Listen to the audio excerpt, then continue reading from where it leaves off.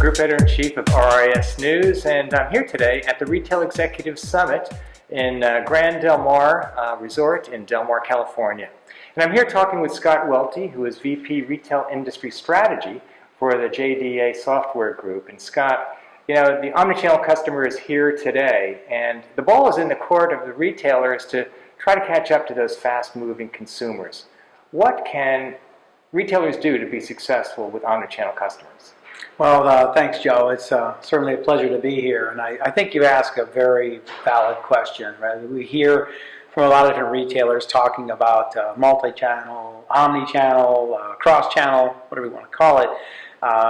But clearly, the consumer is in charge today of their wants, their needs, and their desires. The real key for retailers to be successful is really going to be focused on personalization. Really, it's around personalizing an offer, personalizing services, personalizing methods of fulfillment. And it's the underlying capability that's required here is a new level of segmentation. Right? We really have to be able to segment customers differently than we have before, understanding all the paths to purchase and all those different moments of influence. Because from my perspective, today, most retailers in an omnichannel world are really focused on the executional side, as opposed to the preemptive planning side. So I think to really take control, we have to really understand what do customers want, how do you plan for that, and then properly execute. Great. Well, continuing on the theme of the omnichannel customer, why is it so important for retailers to achieve a new level of visibility, especially in terms of supply chain, fulfillment, and processes? That is such an important aspect of being successful today in multi-channel, because customers today really demand, they don't just want, they demand for you as a retailer to view them the way they view you. Right? Most individual retailers will see a customer in many different viewpoints, right? Whether it be across different channels, different segments, whereas the customer just sees a brand. And they need that seamless visibility across all of the channels so that the retailer sees them consistently, but also offers up that complete visibility to inventory, for example, as well. One of the biggest reasons why customers will abandon shopping carts on a click and collect is because of the inability to see store-level inventory, right? So creating that visibility and providing that capability is so important. We did a recent survey as well throughout Western Europe that showed that over half of the customers that we had spoken with, or we had surveyed, actually said they'd be willing to pay more for next day or same day delivery. But the issue is that because of the lack of visibility, retailers could not execute on that, even though customers are willing to pay more for the service. So there's profitability in it if we can provide that visibility. Continuing on the theme of the omnichannel customer and how retailers need to respond, why is it important for retailers to achieve new levels of visibility, for example, across channels and across inventories?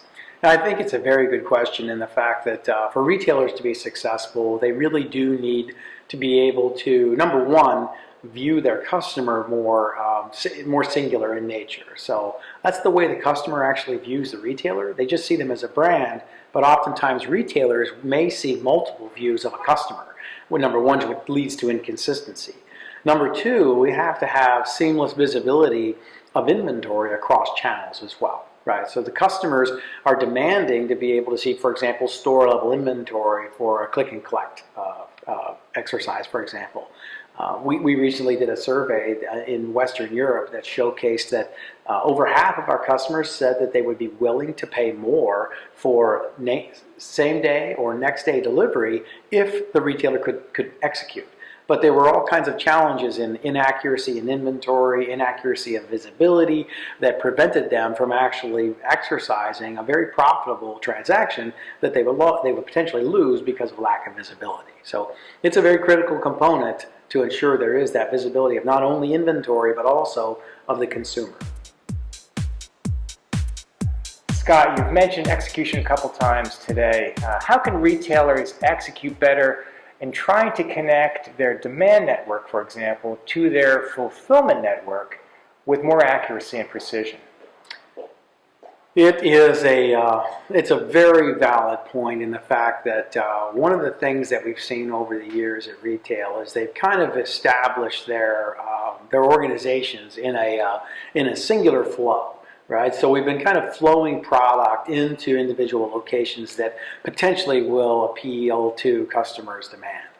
And now we're seeing a paradigm shift where we actually need to actually have the flexibility to actually respond more effectively to demand.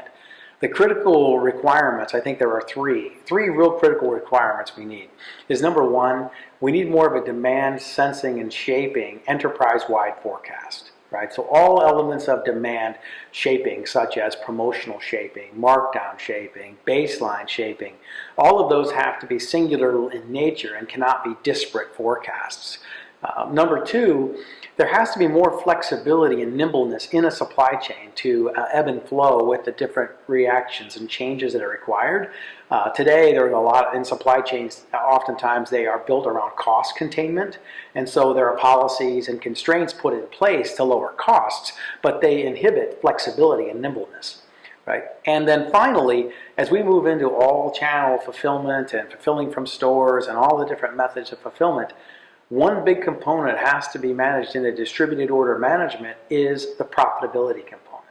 We really have to not only understand what is it that a customer wants, when do they want it, where can I source it, but will I actually make money on a particular decision as well. So I think as we go forward, we'll realize that some retailers could potentially execute themselves out of profit if they're not effectively building in those three components of their supply chain.